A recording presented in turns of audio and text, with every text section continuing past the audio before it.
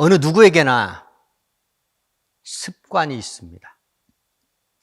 이 습관은 자기도 모르게 무의식 중에 행하게 되어 있습니다. 습관은 좋은 습관도 있겠지만 우리가 경계해야 될 나쁜 습관도 있습니다. 이 습관을 경시하게 되면 오래도록 내 삶 가운데 자리를 잡게 되어 있습니다. 그래서 이 습관으로 말미암아 내 인생의 흥망성쇠가 결정될 수 있다는 겁니다. 엘리 제사장에게는 홈리와 비나하스 두 아들이 있었습니다. 홈리와 비나하스는 하나님 앞에 불량한 자였습니다. 하나님을 알지 아니하는 자였습니다. 하나님을 모르는 자가 아니고 하나님을 알고 싶어 하지 아니하는 자였다는 겁니다. 제일 악한 것이 무엇이냐? 하나님을 모르는 것이 아닙니다.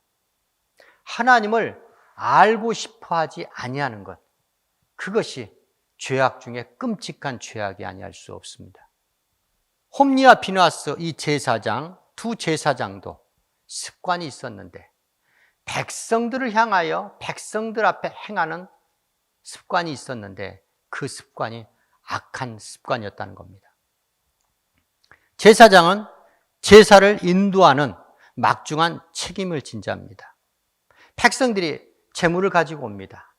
그러면 그 제물은 먼저는 마땅히 하나님 앞에 드려지고 나서 또한 그 제물 중에 제사장 몫이 있었어요. 율법에 의하면 제사장 몫이 그 제물에 무엇이었느냐? 흔든 가슴과 든 뒷다리였습니다. 이거 외에는 제사장이 손을 대면 안 됩니다. 그런데 제물이 있습니다. 사환을 시킵니다, 제사장이. 그래서 냄비나 솥이나 큰 솥, 가마에다가 3살 갈고리를 집어넣어서 거기에 걸려 나오는 그 고기를 무조건 다 제사장이 취했다는 겁니다.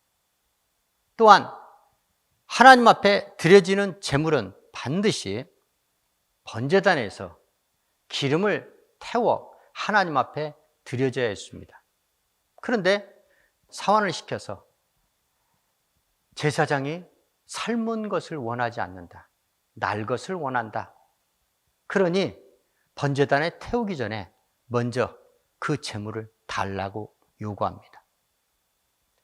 그 제물을 가지고 온 사람이 아니다. 나중에는 당신이 어떻게 하든지 관계없는데 일단은 법대로 번제단에 태운 후에 그 다음에 제사장이 알아서 취하든지 말든지 하라고 합니다.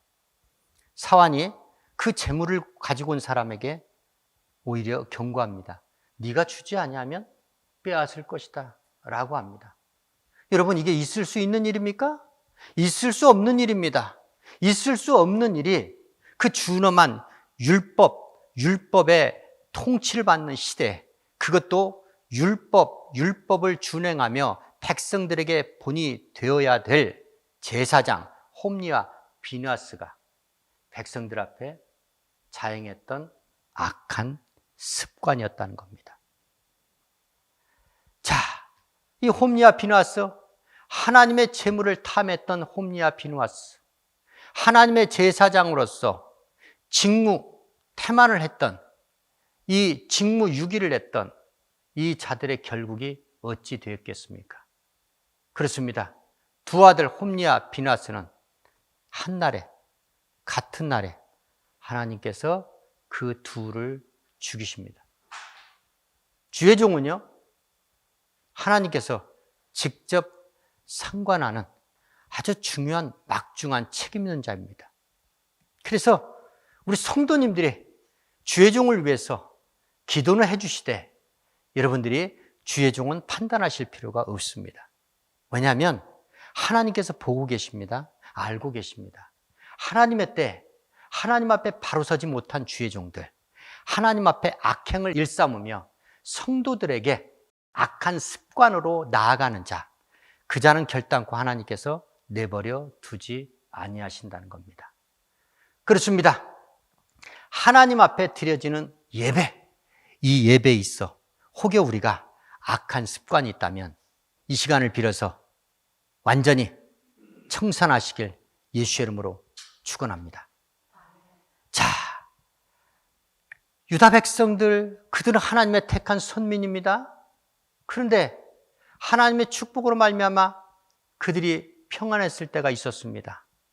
그런데 하나님이 주신 그 평안 가운데 그들은 하나님을 경외하며 하나님을 잘 섬겨야 되는데 그들은 그럴 때 오히려 하나님의 말씀을 듣지 아니했다고 합니다. 평안했을 때, 이때가 우리가 조심해야 될 때입니다. 그들에게는 악한 습관, 나쁜 습관이 있었는데 그들은 어렸을 때부터 하나님의 말씀을 청종치 아니하는 악한 습관이 있었다는 겁니다. 이스라엘 백성들에 대해서 우리는 잘 알고 있습니다. 그들은 하나님의 택한 선민들로서 그들은 난 지 8일 만에 할례를 받습니다. 그들은 일찌감치 율법으로 교육을 받습니다. 그런데 여러분, 어떻게 그들이 어렸을 때부터 하나님의 말씀을 청종치 아니했다는 그런 하나님의 준엄한 질책을 받는 겁니까? 그렇죠. 경건의 모양은 있었습니다. 하나님을 잘 섬기고 하나님의 말씀을 잘 듣는 것 같았습니다. 그러나 그것은 겉으로만 그들이 외식하는 자들이었기 때문입니다. 그들의 마음의 중심에 하나님의 말씀을 청종하여 살고 싶어하는 그런 마음이 어렸을 때부터 없었다는 겁니다. 어렸을 때부터 너희는 내 목소리를 청종치 아니하는 악한 습관이 있었다라고 에레미야 선지자를 통하여 하나님께서 유다 백성들에게 질책하십니다. 주의 말씀, 주의 그 준엄한 말씀, 진리의 말씀에 우리의 귀를 기울여야 될 줄 믿습니다. 그렇게 주의 말씀을 따라 사는, 청종하는 좋은 습관으로 하나님 앞에 서야 될 줄 믿습니다. 예수께서 기도하러 감람산에 가시니 제자들이 그 뒤를 쫓았습니다. 예수님께서는 먼저 하나님의 뜻을 구하기 위하여 산에 기도하러 올라가셨다는 겁니다. 그런데 예수님께서 그때만 기도하러 올라가신 거냐? 아니라는 겁니다. 예수님께서는 습관을 쫓아 감람산에 가셨다는 겁니다. 그러니까 예수님께서는 산에 가서 기도하는 것이 몸에 배어 있었다는 겁니다. 습관이 되어 있었다는 것이죠. 기도하는 습관. 기도는 어느 때 하다가 어느 때는 하지 않고 그것이 기도가 아닙니다. 하나님과 우리가 동행하고 동거하고 있담을 믿으신다면 우리는 기도를 통하여 하나님의 뜻을 구하는 그러한 습관, 이 습관은 항상 어느 때나 있어야 한다는 겁니다. 이 습관은 지속되어야 한다는 것입니다. 예수님께서 말씀하십니다. 너희가 시험에 들지 않기 위하여 기도하라 하십니다. 그렇죠. 이 기도는 목적이 있습니다. 우리는 나는 시험에 들지 않아. 나는 항상 주님과 함께하고 있어. 나는 문제가 없어. 라고 생각하시겠지만 그렇지 않습니다, 여러분. 사단이 우리에게 시험하는데 어떻게 시험한다고요? 밀 까부르듯이 시험한다는 거예요. 여러분, 키 안에 밀이 있습니다. 밀을 까부를 때 어떻게 까부릅니까? 그 안에 있는, 키 안에 있는 밀이 정신을 차릴 수 있습니까? 없습니다. 그렇기 때문에 우리의 육신의 정신 판단으로서는 산 원수막의 시험을 이겨낼 수 없습니다. 감당할 수 없습니다. 그러니 어찌해야 됩니까?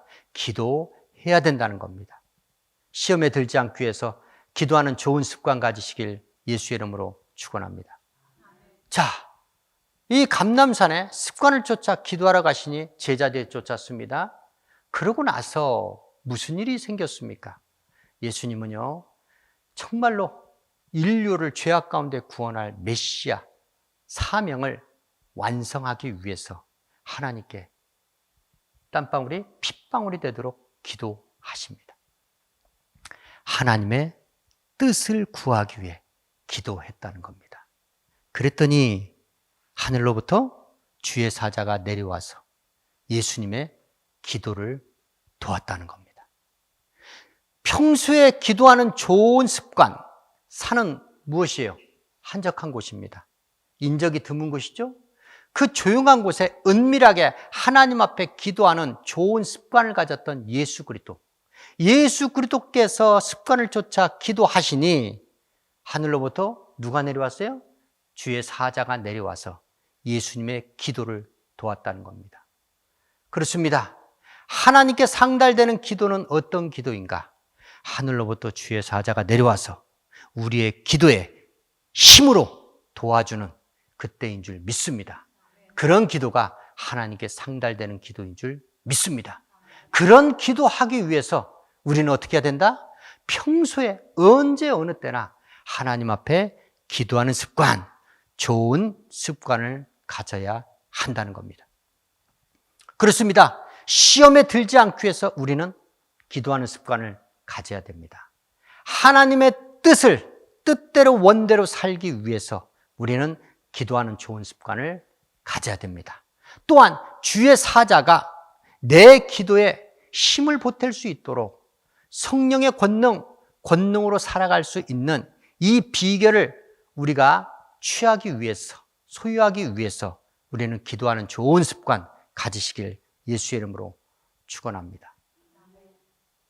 그날이 다가오고 있습니다.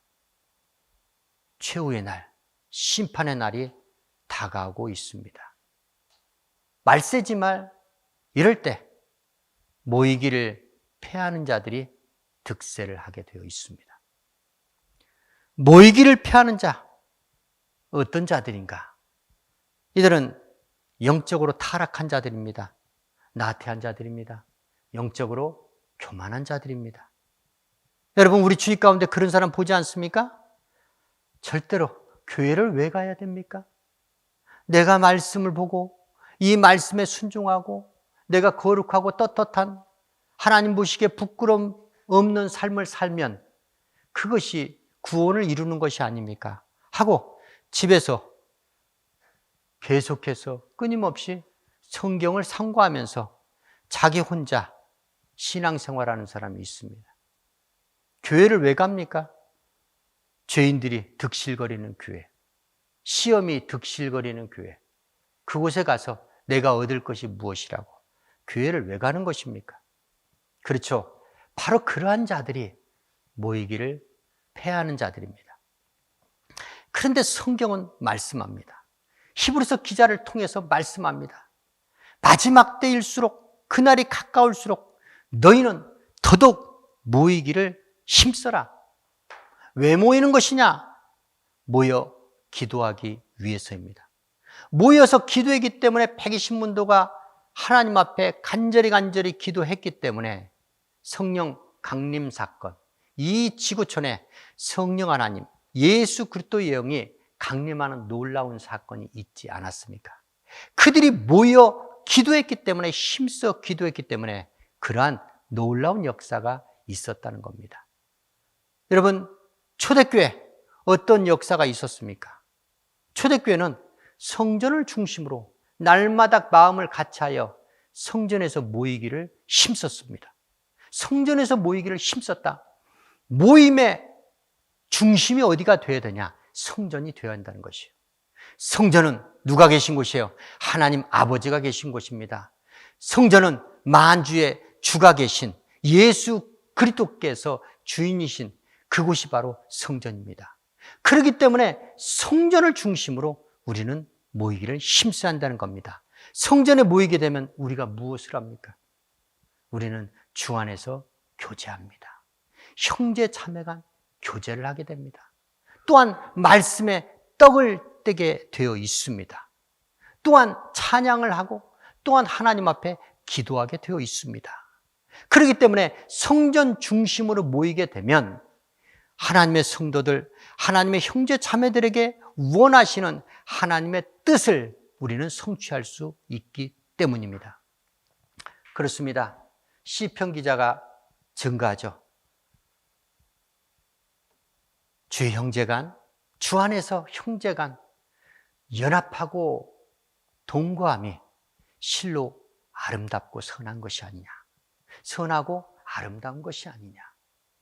그렇죠. 주 안에 있는 형제 자매간 서로 연합하고 서로 모이기를 힘쓰며 함께 동거하는 것이 우리 하나님 보시기에 선하고 아름답다는 겁니다. 그 선하고 아름다운 하나님의 형제 자매 자녀들 되기 위해서 우리는 주의 전에서 주 안에서 서로 연합하고 합력하여 하나가 되어 동거하는 저와 여러분 되시길 예수 이름으로 축원합니다. 모이면요 무엇을 하는 것인가? 우리가 모여서 헐뜯습니까? 모여서 비난합니까? 아닙니다. 주 안에서 모이게 되면 우리는 서로 사랑과 선행을 격려하게 되어 있습니다. 아름다운 미담, 주 안에서 아름다운 미담, 간증으로 우리는 하나로 연합될 수 있다는 겁니다. 이 격려하는 것이 여러분 아무것도 아닌 것이 아니에요. 이 작은 격려가 얼마나 그 약한 사람에겐 큰 힘과 용기를 불어넣는지 모릅니다. 그렇죠. 모이면 됩니다. 일단은 모여야 됩니다. 특히 그리스도인들, 우리들은 한 사람 한 사람은 참으로 약합니다. 또한 우리에게 불어닥치는 그 세파는 어마어마합니다. 우리 혼자 힘으로 각자 도생에서는 절대로 우리는 감당할 수 없습니다. 그러니 어찌해야 됩니까? 우리가 모여서 하나가 되어야 합니다. 둘이 돼야 됩니다. 셋이 돼야 됩니다. 모임을 갖춰야 합니다.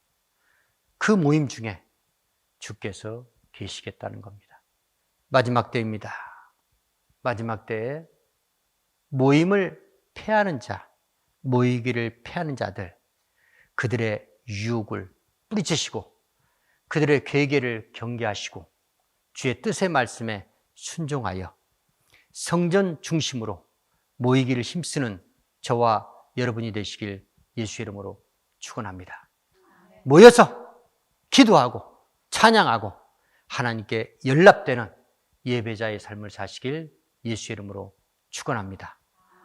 이 모임, 아름다운 에클레시아, 주의 교회 되어서 주의 거룩한 성에 되어서 많은 영혼들이 이 모임에 참여할 수 있도록 저와 여러분이 먼저 서로 권면하며 사랑과 선행을 격려하며 성전 중심으로 주님과 더불어 하나로 연합되는 주 예수 광야교회 되시길 예수 이름으로 축원합니다.